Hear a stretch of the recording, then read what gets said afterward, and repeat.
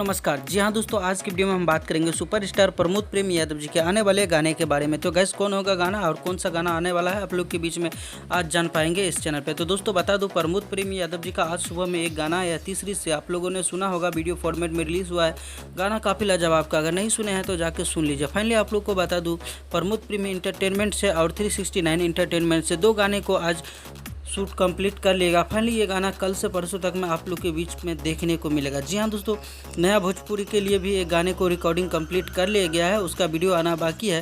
लेकिन दो गाने को जो दिल्ली में कल शूट किया गया है वो गाने का वीडियो बहुत जल्दी आप लोग को देखने को मिलेगा। जी हाँ दोस्तों, आप लोग को बताना चाहूँगा, प्रमोद प्रेमी यादव जी और रानी एक्ट्रेस जी का भी दो गाना और आना बाकी है, जो कि एक से एक हाई डिमांडेड क्वालिटी में शूट कर लिया गया। गाना के टाइटल को अभी पता खुलासा नहीं किया गया है, लेकिन कल से परसों तक में इस गाने को पोस्टर को लॉन्च कर दिया गया आप लोग के बीच में। तो कैसा लगा दोस्तों आज का ये अपडेट? आशा करते हैं ये अपडेट आप लोग को काफ़ी पसंद आएगा।